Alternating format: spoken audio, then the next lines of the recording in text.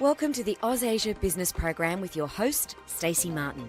Stacey brings together experts, ideas and information on how to navigate business opportunities in Asia. Zai welcome to the Aus Asia Business program. I'm Stacey Martin, and in the studio today we have Jess Miller.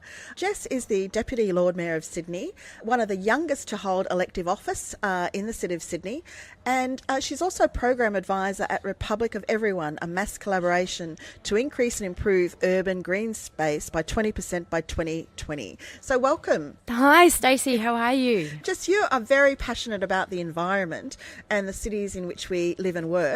Where has that come from and how's that shaped your career? I think it's probably fair to say I'm slightly obsessed with cities and how they can be and how they function as environments and ecosystems. I grew up down on the Mornington Peninsula and down near Frankston, and also on a herb farm. So we were surrounded always by plants and trees, and Mum had a great interest in, understanding how systems work together. And I think also when I was just after I'd finished high school, my first big trip on an aeroplane was to Sao Paulo, Brazil. Wow. Yeah, and so anyone who's ever been to Sao Paulo and has seen, or in fact smelt the river Tietê would appreciate just what a shift in thinking that was, going from a place that was very small, very clean, very tranquil, to just this mega city that frankly stank. So I think since then it's been something that I've thought about and obsessed about ever since, really. I mean, because I also actually grew up in Frankston, and those beaches down there on the bay, I mean, driving down the Mornington Peninsula, and I know that it has developed a lot over the last 10 or 20 years. In fact, I don't even remember wineries down there. I remember the Red Hill Show and going down to Portsea, Sorrento.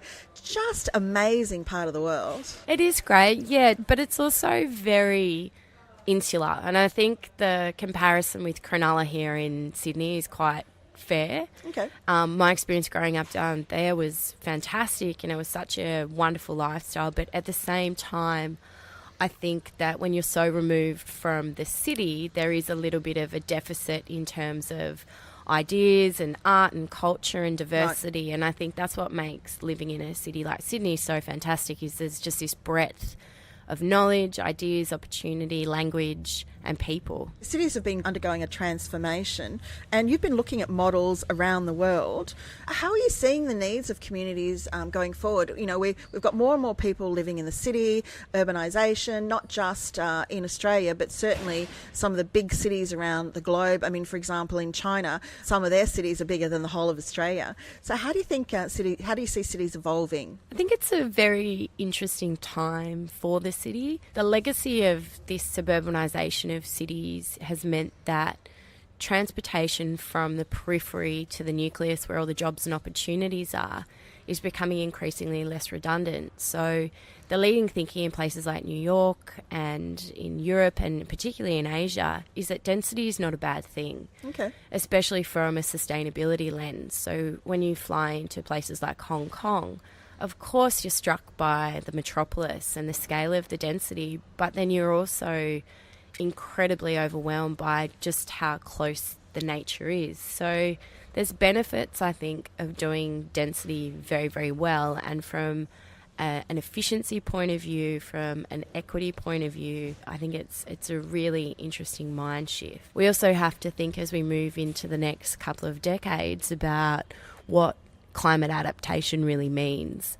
And the work that the city's been doing as part of the Rockefeller Resilient Cities program, which is an international program, seeks to understand and address the vulnerabilities that we have in cities. So what are the things that we can bounce not only back from, but bounce forward from? So what would happen if, for example, Sydney were to come under a cyber attack? How many East Coast lows can we withstand in succession? Who pays for the damage? Yep. What's the disruption to business?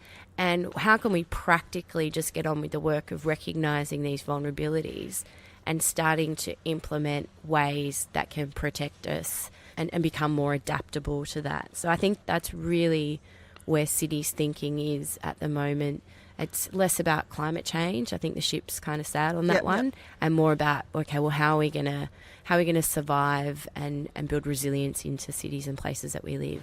I think it's an interesting point that you make about the density in Hong Kong, and not many people perhaps are familiar with all the beautiful walks and the mountains and all of that around somewhere like Hong Kong. So it makes sense that all the services are in one spot and you've still got access to the beautiful, pristine parts of the landscape, because in Australia we've had that kind of urban sprawl, the old quarter-acre block, that's kind of disappearing, and we're getting more and more in city living. And I guess a great example of that is what the city's been doing out at Green Square. Yeah, so Green Square will be one of the most dense parts of the city, or one of the most dense parts of Australia, which is quite amazing. And I think it, as a testing case, we haven't had an opportunity to build a main road in the city of Sydney for 50 years. I mean, they were developed obviously off Aboriginal tracks, apparently. Which makes complete sense. Yeah. It's a real appreciation of how people flow and move. And I think in many places, and I think where we're seeing, especially in places like Thailand, there's been this sort of return back to what they call biophilic thinking, that recognises that sometimes natural systems are those that best can respond to adaptation. So there's a great example in Thailand where, and also in the Netherlands, they do this very well, where they've got huge fluctuations of water and flood.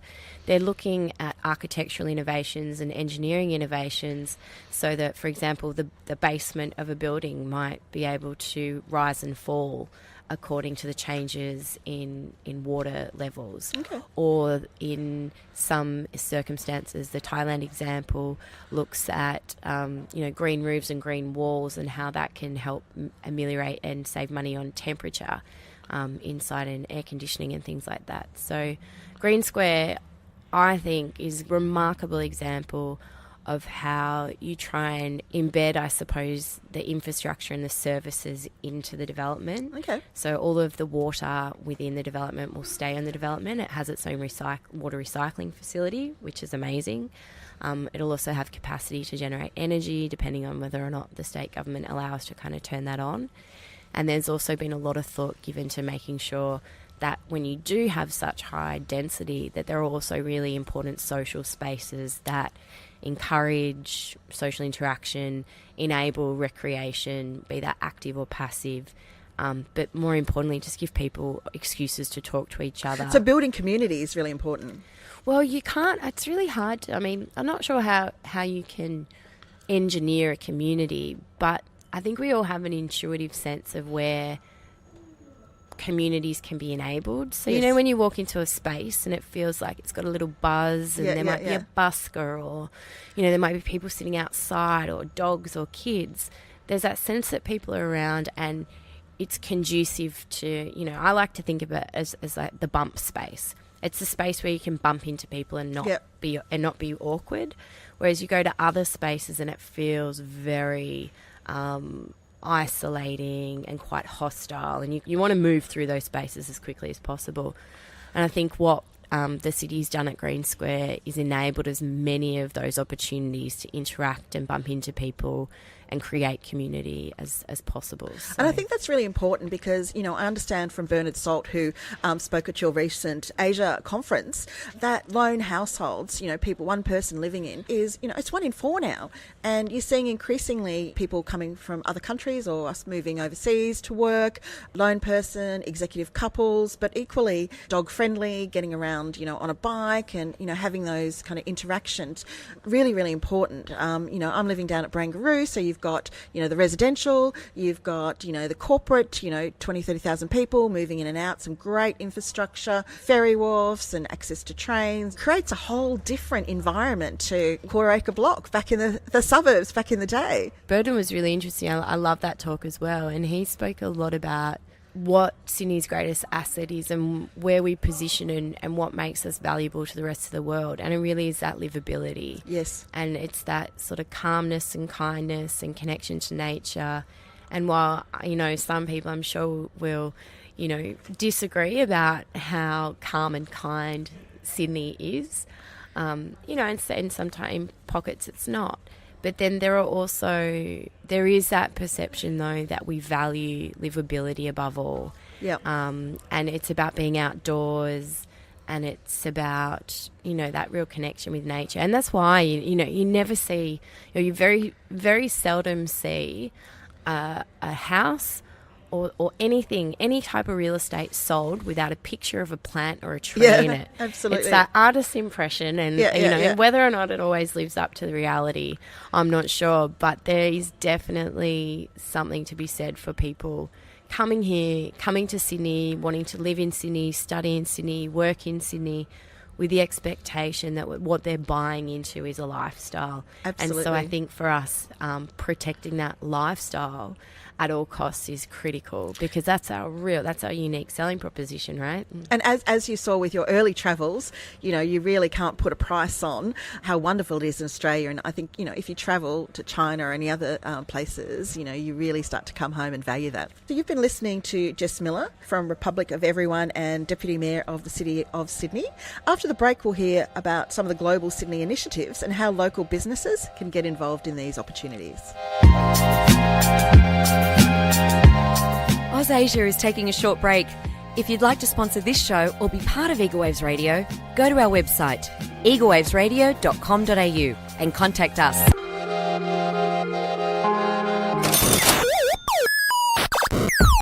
Hey Tess, don't you employ overseas staff and you've been thinking about expanding your business offshore? Yeah, I have been. And you have investors that are also considering moving to Australia. I do. So a registered migration agent could probably help you with the right visa solution. But how do you find the right one? Industry body Migration Alliance has over 4,800 registered agents. What's the best way to contact them? Email help@migrationalliance.com.au and you'll find a MARA registered agent right near you. Cool. And now, back to you, Stacey. Welcome back. I'm Stacey Martin and I'm in the studio with Jess Miller. Jess, you recently returned from Chengdu in China. How did that come about? I mean, what did you expect to learn when you were on the ground there? What were some of your insights? And what is next for the China engagement strategy with the City of Sydney? Myself and Councillor Robert Koch were lucky enough to head over to Chengdu for the Global Innovation Conference. We also went to Tokyo for the Clean Air and Clear Air and Clean Cities Excellent. C40 Forum. We also visited Chongqing and Hong Kong as well on the way. So it was actually my first Asia trip. Oh, really? I've been to Indonesia, I've been to Bali, but I'd never actually been to Asia. So you got into the real China? It was pretty incredible. Yep. I had no idea what to expect. And then when I got there, just the scale. Oh, look, it's the size and the scale that's kind of overwhelming, isn't it? And also that they have a very different sense of timing and pace, which was also really interesting. One of the highlights, I think, for me was going to the Planning Museum in Chongqing, which is the new Great Western City of China. Yes. And, they talked about the connection of the new Silk Road and all of this stuff happening. And we were in this room that was enormous, the size of Sydney Town Hall.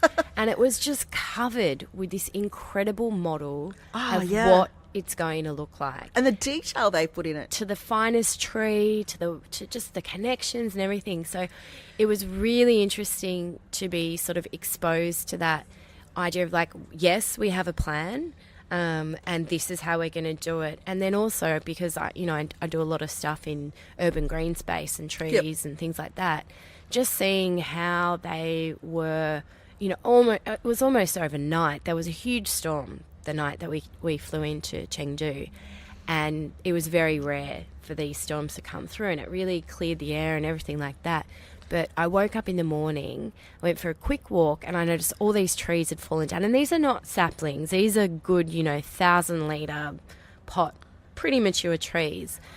8 o'clock in the morning, they were knocked down. By 10 a.m, it was all fixed. It was all cleaned up. It was all cleaned up. They were back in. It was really interesting. Oh, yeah, because there are so many people. And I think the other thing that's interesting about China is obviously just the one government, they decide on a plan, a 5-year plan of what they're going to do, what the key initiatives are, and they get on with it and do it. Mm-hmm. They follow through, yeah.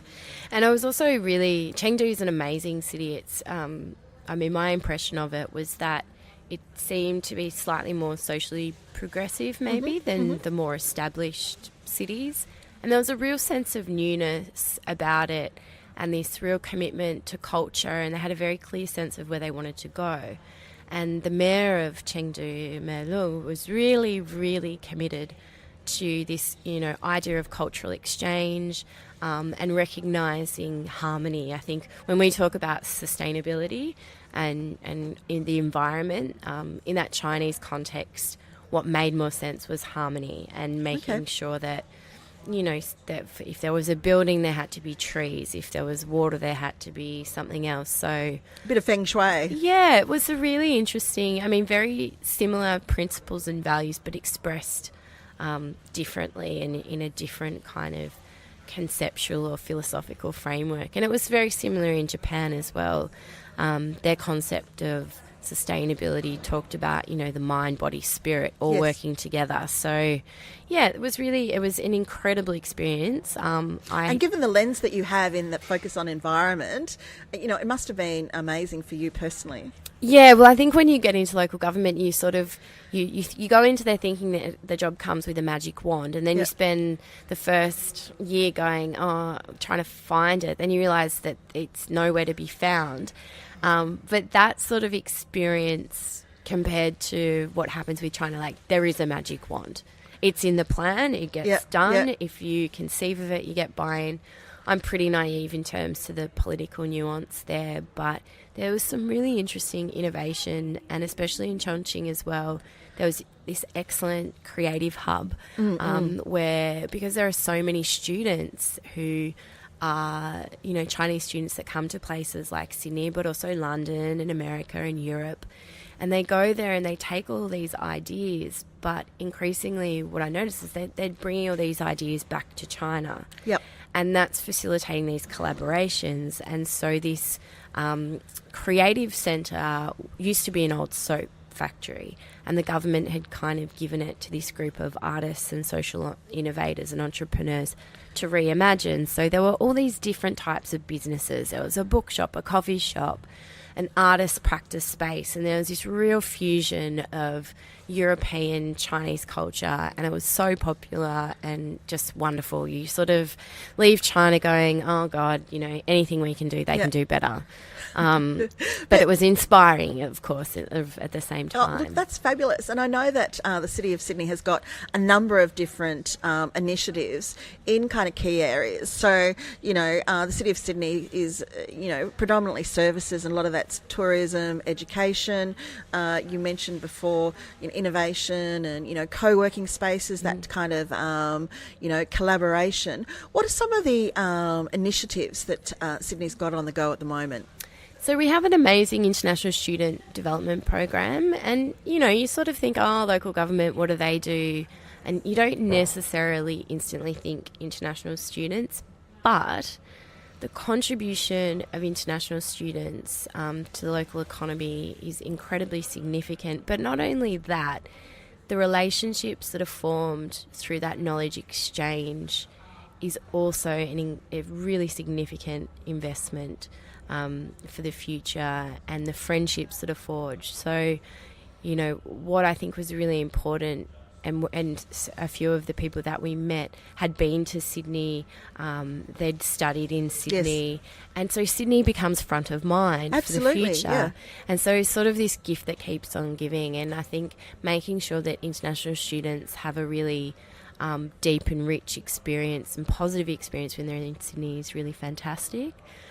We recently had the AsiaLink event that you spoke earlier about, Bernard Salt coming and sort of really, I guess... The Future Asia Business Summit, Yeah, it's a mouth. Sorry, I can't...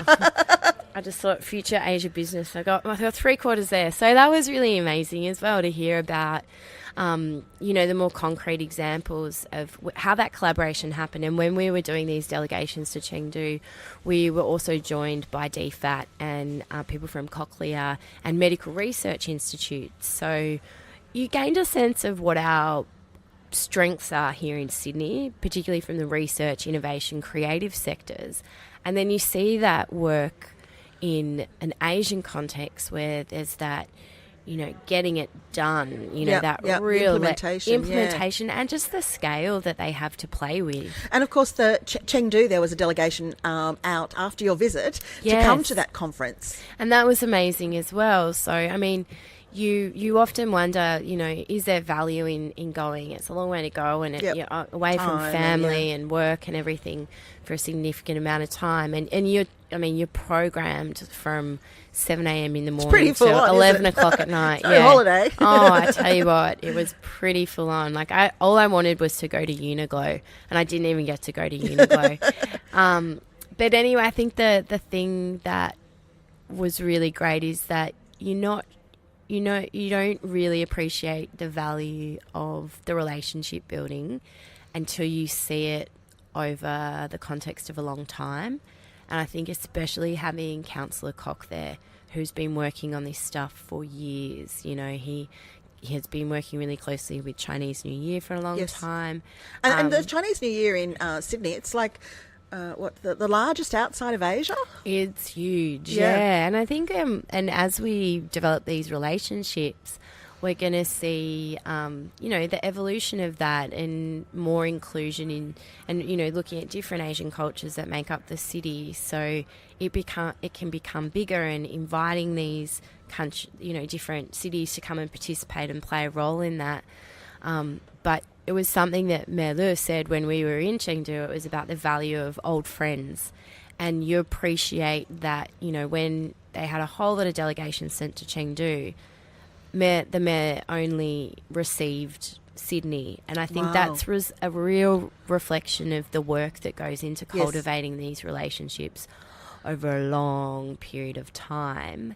And that they're not just, a handshake and a photo. They run deep. And I think that's really good. And it's a great launch pad for this city to establish, and then for businesses, cultural leaders, institutions, researchers within the city to really jump off and fully explore those opportunities. And we get a lot of tourists into Australia, and, almost half of them will come to Sydney. I think, 1.3 million in total last year and growing.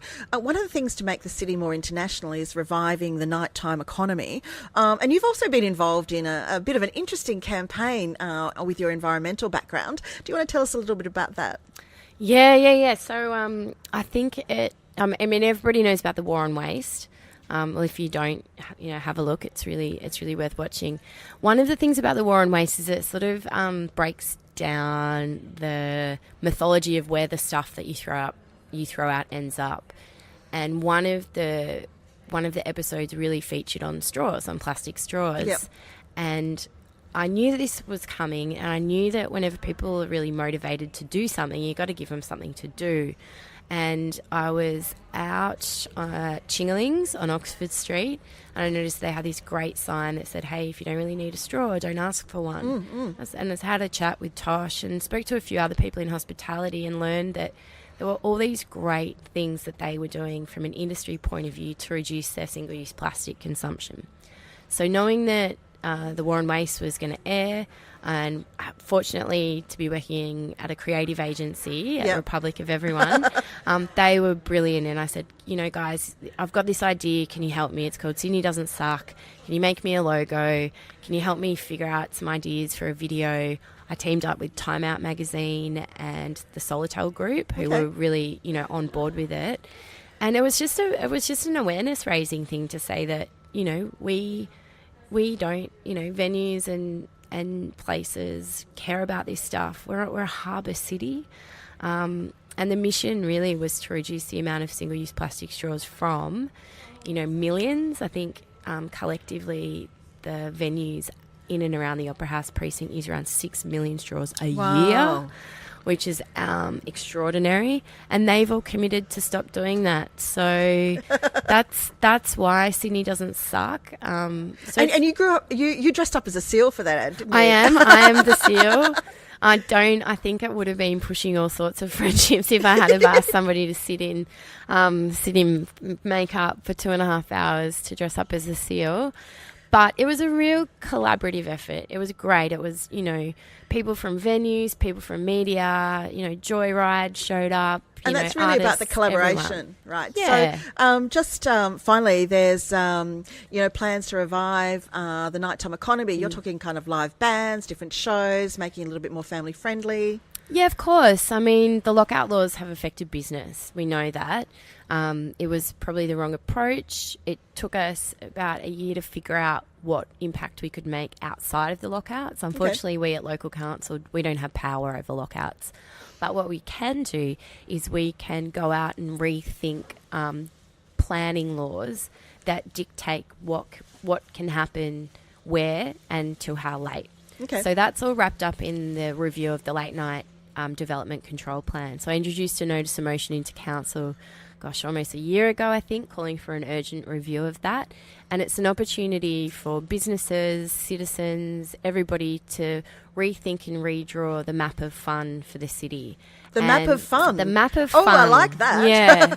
So it's not the late night economy is complex. It's not just about getting drunk. Oh, no. And I think what there hasn't been a real rethink of, a lot has changed in the last sort of 5 to 10 years since the last map of fun was drawn. And what we did is went out and managed to get around about 10,000 initial submissions online for this in about a 3-week period. And just putting that into context, usually when council goes and asks for submissions, you might get 300. So 10,000 was a really great. Oh, there's a lot of people obviously point. want to have a lot of fun, right? Yeah, and it wasn't just say, do you want to have fun? It's tell us how you read. How do you want to imagine Newtown in 5-10 years? Where's new? So where are the people? There's going to be 60,000 people living in Green Square. Yeah. Where are they going to go out and have fun? What do they consider fun? Is it a late night Asian food precinct? Is it sport? Is it late night libraries, culture, art? So that's really exciting. The first look of that is going to come out to the general public in a matter of weeks, I think. Oh, so great. It's coming, and then there's another opportunity for people to input into that. Tell us, did we get it right? Did we get it wrong? What needs to be tweaked? But in lockstep with the change of those control plans is also extended base retail hours. So instead of trying to, apply for later trading hours, everybody in retail gets 10 o'clock or 10 p.m. as a base. And then at the same time, we're trying to cut the red tape and the bureaucracy by allowing for creative use of existing spaces to do things more easily. So if you have a hairdresser and you want to, have a singer in one night, you can do that. If you are a dentist that wants to have an art exhibition, you can do that. That's so amazing. it makes it that fine grain kind of come to life a little And bit people more. aren't just about the work they do. They have lots of interests, whether it's philanthropy or art or going to shows. The ability to use their premises and entertain their clients or friends or just as a public space. But that's what a 24-hour city does. It seems really wasteful to me to think of a city that has got such demand for space to kind of only operate from 8 a.m. till 6 p.m., and when people go home and turn off the lights, there's a whole floor that's sitting there empty. How else can we use that? What are the opportunities? And that's sort of what that thinking around, productive uses of spaces and, equity and fairness about who gets to access spaces and for what reason. I think that's a really interesting idea, and one I think that will keep exploring as part of the strategic planning for 2050. So Fantastic. Think about it, everybody. Start writing your little Santa's wish list. With this interview. That's fantastic. So just finally, quickly, your top 3 tips for SMEs looking to engage with the City of Sydney and internationally. I think number 1, subscribe to the What's On webpage. There are amazing events happening all the time all over the City of Sydney. So subscribe and show up. Yep. Showing up is 99.9% of everything. Building a a community. Be curious, I suppose. If you really want to engage with Asia and get to know what's happening in the Asia business sphere. I mean, I'm really fortunate to have Robert on council, who is almost like he's my guide through the culture and someone to explain what's happening. Yeah, and engage with experts. And the nuance. Yeah. I think that's really important, to engage with the community. If you've got the opportunity to learn language, it really helps. Even a few words is so and they really value it on the ground, Yeah, it's really important. And then also, I think if you are abroad, relish those opportunities to go and experience things abroad, be really curious, and leverage the City of Sydney brand. We've done a lot of work and we're well known, like Asia knows about Sydney. And so it's up to you to exploit that, and you're warmly welcome to exploit the City of Sydney brand for your own benefit. We've got the Harbour Bridge, we've got the Opera House. It's such an amazing city, and it's one of the, as you said before, top livable cities in the world. So really, we've really got a leg up in terms of international engagement. We have won the lottery of life, and so just wave when you go to Asia, wave that ticket. Absolutely. It's a really good one. All right, so you've been listening to the Aus Asia Business Program with Jess Miller from Republic of Everyone and Deputy Mayor of Sydney. So shasha Jess, and Zaijian to our listeners. Thank you for listening to the Aus Asia Business Program with our host, Stacey Martin, our Asian business specialist and expat financial advisor. Powered by Eagle Waves Radio and broadcasting proudly from Vivo Cafe, Sydney.